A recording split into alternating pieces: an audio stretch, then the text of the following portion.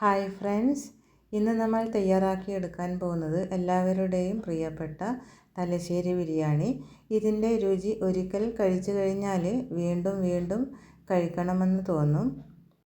Video മുഴുവൻ കണ്ടു കഴിഞ്ഞാൽ ഇതിൻ്റെ രഹസ്യ രുചിക്കോട്ട് അറിയാം. അപ്പോൾ നമുക്ക് തലശ്ശേരി ബിരിയാണി എങ്ങനെ തയ്യാറാക്കിയെടുക്കുന്നെന്ന് കാണാം.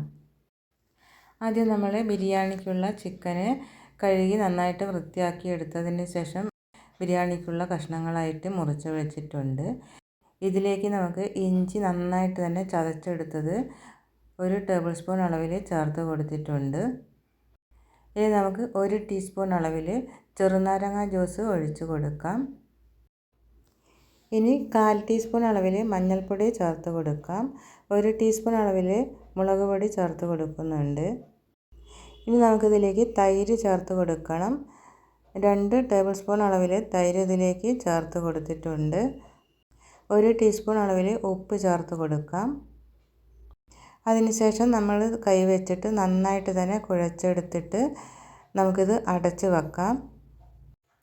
ഈ സമയം കൊണ്ട് നമുക്ക് ബിരിയാണിക്ക് വേണ്ട ബാക്കി തയ്യാറെടുപ്പുകൾ തുടങ്ങാം.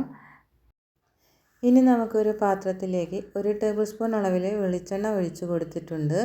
വെളിച്ചെണ്ണ ചൂടായി വരുന്ന സമയത്ത് നമുക്കിതിലേക്ക് നെയ്യ് ഒഴിച്ച് കൊടുക്കണം. നെയ്യ് ഉരുക്കിയെടുത്തതിന് ശേഷം 2 ടേബിൾ സ്പൂൺ അളവിൽ നെയ്യുണ്ട്, അപ്പോൾ അതിലേക്ക് ഒഴിച്ച് കൊടുക്കുകയാണ്. നെയ്യും വെളിച്ചെണ്ണയും നന്നായിട്ട് ചൂടായി വന്നതിന് ശേഷം ഇതിലേക്ക് നമുക്ക് അണ്ടിപ്പരിപ്പ് ചേർത്ത് കൊടുക്കണം. ഒരു 10-20 അണ്ടിപ്പരിപ്പ് ഇതിലേക്ക് ചേർത്ത് കൊടുക്കുന്നുണ്ട്.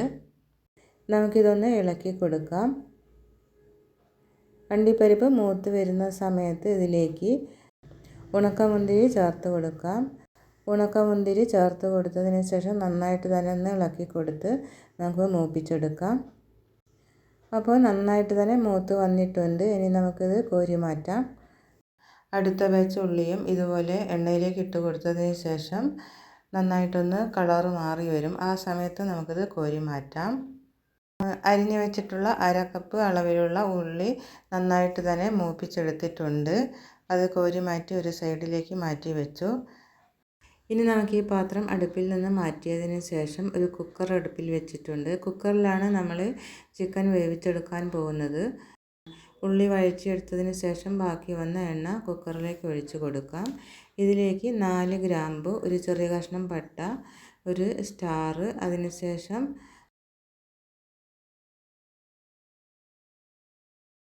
നമുക്കിതിലേക്ക് 5 ഏലക്കായ പൊട്ടിച്ചതിന് ശേഷം ചേർത്ത് കൊടുത്തു. നന്നായിട്ടൊന്ന് ഇളക്കി കൊടുക്കാം. അതിനുശേഷം 2 മീഡിയം സൈസിലുള്ള ഉള്ളി ചെറുതായി അരിഞ്ഞെടുത്തതിന് ശേഷം കുക്കറിലേക്ക് ഇട്ട് കൊടുത്തിട്ടുണ്ട്. ഉള്ളി നന്നായിട്ടൊന്ന് വഴന്ന് വരുന്ന സമയമാകുമ്പോഴത്തേക്കും നമുക്കിതിലേക്ക് 4 പച്ചമുളകും ഒരു ചെറിയ കഷ്ണം ഇഞ്ചിയും നന്നായിട്ടൊന്ന് ചതച്ചെടുക്കണം. മിക്സിയുടെ ചെറിയ ജാറിലേക്ക് ഇട്ട് നന്നായിട്ട് തന്നെ ചതച്ചെടുത്തിട്ടുണ്ട്. ഇനി നമുക്കിതിലേക്ക് ഇട്ട് കൊടുക്കാം. അപ്പോൾ ഉള്ളി നന്നായിട്ടൊന്ന് ട്രാൻസ്പെറൻറ്റ് കളറായി വന്നിട്ടുണ്ട്. ഈ സമയത്ത് നമുക്കിതിലേക്ക് തക്കാളി ചേർത്ത് കൊടുക്കണം. 2 മീഡിയം സൈസിലുള്ള തക്കാളി ചെറുതായി അരിഞ്ഞതിന് ശേഷം ചേർത്ത് കൊടുത്തു. നന്നായിട്ട് തന്നെ ഒന്ന് ഇളക്കി കൊടുക്കാം. ഇനി ഇതിലേക്ക് 1/4 ടീസ്പൂൺ അളവിൽ മഞ്ഞൾപ്പൊടി ചേർത്ത് കൊടുക്കുന്നുണ്ട്. 1/4 ടീസ്പൂൺ അളവിൽ തന്നെ മുളക് പൊടിയും ചേർത്ത് കൊടുക്കാം. 1/2 ടീസ്പൂൺ അളവിൽ ഉപ്പ് ചേർത്ത് കൊടുക്കുന്നുണ്ട്. 1 ടീസ്പൂൺ അളവിൽ മല്ലിപ്പൊടി ചേർത്ത് കൊടുക്കാം. 3/4 ടീസ്പൂൺ അളവിൽ ഗരം മസാല ചേർത്ത് കൊടുത്തിട്ടുണ്ട്. നന്നായിട്ട് തന്നെ നമുക്കിത് ഇളക്കി യോജിപ്പിച്ചെടുക്കാം. ഇനി ഇതിലേക്ക് പുതിനയില ചേർത്ത് കൊടുക്കാം. ഒരു ചെറിയ പിടി പുതിനയില ഇതിലേക്ക് ചേർത്ത് കൊടുത്തിട്ടുണ്ട്. നന്നായിട്ടൊന്ന് ഇളക്കി കൊടുത്തതിന് ശേഷം നമുക്കിതിലേക്ക് നേരത്തെ മാരിനേറ്റ് ചെയ്ത് വെച്ചിരുന്ന ചിക്കൻ ചേർത്ത് കൊടുക്കണം. നമ്മൾ നേരത്തെ മസാലകൾ ചേർത്ത് കുഴച്ച് വെച്ചിരുന്ന ചിക്കനാണിത്. നമ്മളിത് കുഴച്ച് വെച്ചിട്ട് അരമണിക്കൂർ കൂടുതൽ സമയം എടുക്കുകയാണെങ്കിൽ ഫ്രിഡ്ജിനകത്ത് താഴത്തെ തട്ടിൽ വെച്ചിരുന്നാൽ നമുക്ക് ഈ സമയമാകുമ്പോഴത്തേക്കും എടുത്ത് ഈ കുക്കറിനകത്തേക്ക് ഇട്ട് കൊടുക്കാവുന്നതാണ്. അതിനുശേഷം നമ്മളിതൊന്ന് ഇളക്കി കൊടുത്തിട്ട് അടച്ച് വെക്കാം. അടച്ച് വെച്ചതിന് ശേഷം തീ മീഡിയം ഫ്ലെയിമിൽ വെച്ചിട്ട് ഒറ്റ വിസിൽ തന്നെ നമുക്ക് ഈ ചിക്കൻ വെന്ത് കിട്ടും. ഈ സമയം നമ്മൾ നേരത്തെ ഉള്ളി ഫ്രൈ ചെയ്തെടുത്തിരുന്ന പാത്രത്തിലേക്ക് കുറച്ചെണ്ണ ബാക്കിയുണ്ടായിരുന്നു. അതിലേക്ക് ഒരു വലിയ ക്യാരറ്റ് ചെറുതായിട്ട് മുറിച്ചെടുത്തതിന് ശേഷം എണ്ണയിലേക്ക് ഇട്ട് കൊടുത്തു. കൂടെ 2 ഏലക്കായും ചേർത്ത് കൊടുത്തിട്ടുണ്ട്. തീ ലോ ഫ്ലെയിമിൽ വെച്ചിട്ട് ഒന്ന് ഇളക്കി കൊടുക്കണം. അതിനുശേഷം നമുക്കിതിലേക്ക് വെള്ളം ഒഴിച്ച് കൊടുക്കണം. അരി വേവാൻ ആവശ്യമായിട്ടുള്ള വെള്ളമാണ് ഇപ്പോൾ ഇതിലേക്ക് ഒഴിച്ച് കൊടുത്തിട്ടുള്ളത്. നമുക്ക് ഈ ബിരിയാണി തയ്യാറാക്കി എടുക്കാൻ വേണ്ടി കൈമ റൈസാണ് എടുക്കേണ്ടത്. കൈമ റൈസ് എടുക്കുമ്പോഴാണ് തലശ്ശേരി ബിരിയാണിക്ക് നല്ലൊരു ടേസ്റ്റ് കിട്ടുന്നത്. അരി നന്നായിട്ട് കഴുകി എടുത്തതിന് ശേഷം ഇതിലുള്ള വെള്ളം ഊറ്റിക്കളയണം. വെള്ളം ഊറ്റിക്കളഞ്ഞതിന് ശേഷം നമ്മൾ തിളപ്പിക്കാൻ വെച്ചിട്ടുള്ള വെള്ളം നന്നായിട്ട് തന്നെ തിളച്ച് വന്നിട്ടുണ്ട്. അരി ഇതിലേക്ക് ഇട്ട് കൊടുക്കാം. 3 കപ്പ് അളവിൽ കൈമ റൈസിന് 6 കപ്പ് വെള്ളമാണ് ഇപ്പോൾ ഇതിലേക്ക് ഒഴിച്ച് കൊടുത്തിട്ടുള്ളത്. ഇതിലേക്ക് 1 ടീസ്പൂൺ അളവിൽ ചെറുനാരങ്ങ ജ്യൂസ് ഒഴിച്ച് കൊടുത്തിട്ടുണ്ട്. 1/2 ടീസ്പൂൺ അളവിൽ ഉപ്പ് ചേർത്ത് കൊടുത്തു. ഇനി നമുക്കിത് നന്നായിട്ടൊന്ന് ഇളക്കി കൊടുത്തതിന് ശേഷം നന്നായിട്ട് തിളച്ച് വരും. അരി നന്നായിട്ട് തിളച്ച് വന്നതിന് ശേഷം നമുക്ക് തീ ലോ ഫ്ലെയിമിലേക്ക് മാറ്റി വെക്കാം.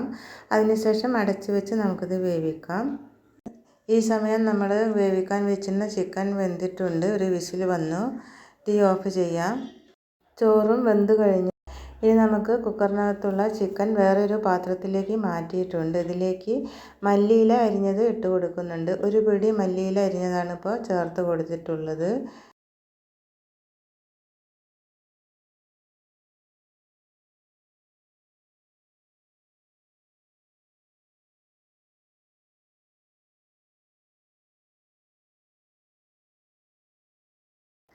ഇനി ഇതിലേക്ക് വേവിച്ച് വെച്ചിരുന്ന ചോറ് ഇട്ട് കൊടുക്കാം.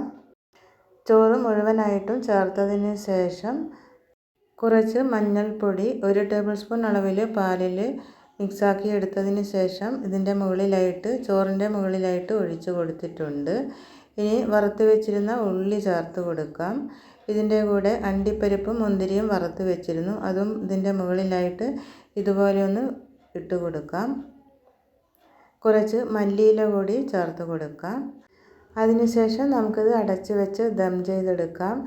വളരെ കുറഞ്ഞ തീയിലൊരു 10 മിനിറ്റ് അടച്ച് വെച്ചിരുന്നാൽ മതി. അതിനുശേഷം തീ ഓഫ് ചെയ്യണം. എന്നിട്ട് തണുക്കാൻ വേണ്ടി ഒരു സൈഡിലേക്ക് ഒരു 5 മിനിറ്റ് വെച്ചതിന് ശേഷം നമുക്ക് ബിരിയാണി എടുക്കാവുന്നതാണ്. ആദ്യം മുകളിലുള്ള ചോറ് ഇതുപോലെ ഒരു പാത്രത്തിലേക്ക് മാറ്റിയതിന് ശേഷം അടിയിൽ ചിക്കൻ ഉണ്ടാവും. ചിക്കൻ എടുത്തതിന് ശേഷം നമുക്കിത് മിക്സാക്കി കൊടുത്താൽ മതിയാകും. അപ്പോൾ നമ്മുടെ വളരെ രുചികരമായിട്ടുള്ള തലശ്ശേരി ബിരിയാണി തയ്യാറായി കഴിഞ്ഞു. അപ്പോൾ നിങ്ങൾക്ക് റെസിപ്പി ഇഷ്ടമായെന്ന് വിചാരിക്കുന്നു.